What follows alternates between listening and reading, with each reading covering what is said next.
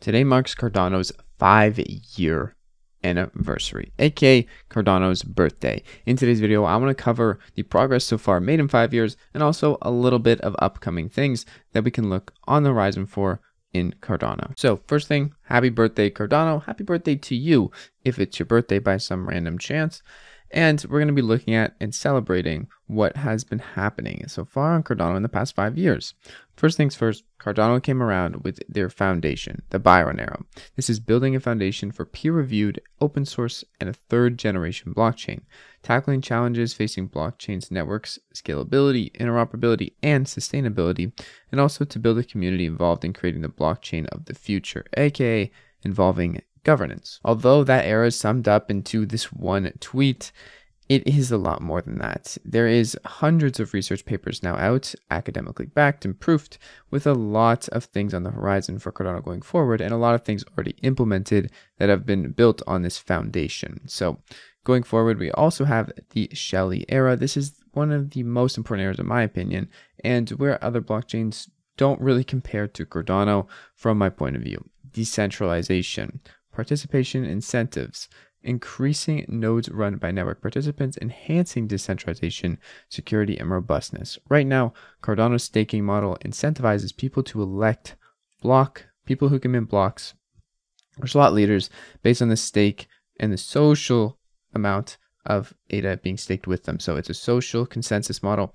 People decide who mints blocks by putting their ADA to them, but the ADA stays in their wallet in a really, really good way. So they always have their own custody of their funds, but they can still earn rewards from the network. It's a very good protocol and a very good system for increasing decentralization.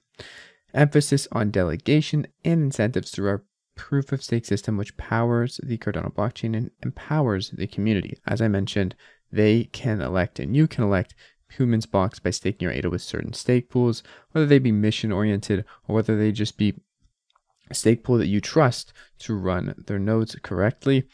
You can do that and you have the power to choose. Next up, we have the Gogan ERA. Now this era has only been out for just over a year now. This is the smart contracts and utility era, and adding smart contract capabilities with this era, multi-currency dApps and smart contracts, and the ability to build a wider range of decentralized applications or dApps and integrated custom applications. I also want to note that although smart contracts have only been out for a year, we have a ton of dApps built on Cardano already, and with the Facile upgrade, a ton more coming. So a lot of things have been done in this past year with Gogan specifically, and all of this is because we're built on these other two things which make Cardano very strong: decentralization and a solid foundation with peer-reviewed, open source, and third-generation efforts for Cardano's blockchain. Now, after that, after Gogan, we have Basho. This is the scalability era. This is the current era of Cardano.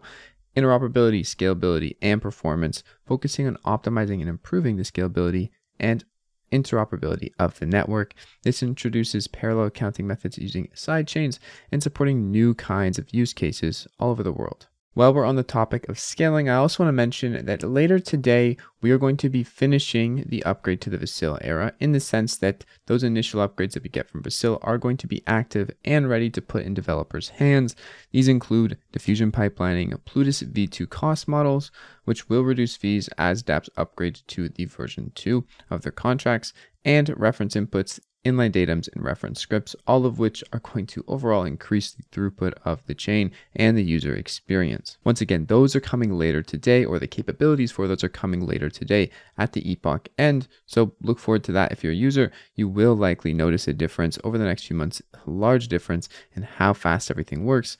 And also keep in mind that we have side chains and more use cases coming with those. So there's definitely going to be a lot of scaling being done, and it's already been done in the past year regarding the Basho ERA. After the Basho ERA, we have the Voltaire ERA, and this is the governance, voting, sustainability era of Cardano. Now, arguably, we are kind of working towards this in a way right now with the catalyst funding of Cardano, basically a treasury of over 1 billion ADA electing to vote in the ecosystem. People in the ecosystems in Cardano can use their ADA to vote which projects get funded and which get money for their projects using the treasury funds.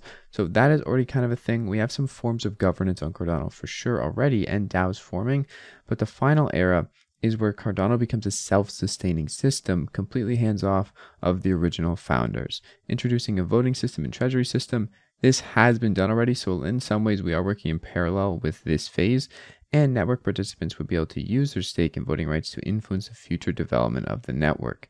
As I said, some of this is already coming to fruition, but having this in a way where it's hands-off from Cardano Foundation and IOG, and it's all the community, is the end goal here. And that is Cardano's 5 years to date, wrapped up into a very, very short summary. And of course, there's a ton more I could talk about on each subject, but I'm going to leave it at that for today. If you want to earn passive ADA on your ADA, you can stake with the Jack Stake Pool. I'll see you guys in the next video. It's been your friend Jack. Peace out.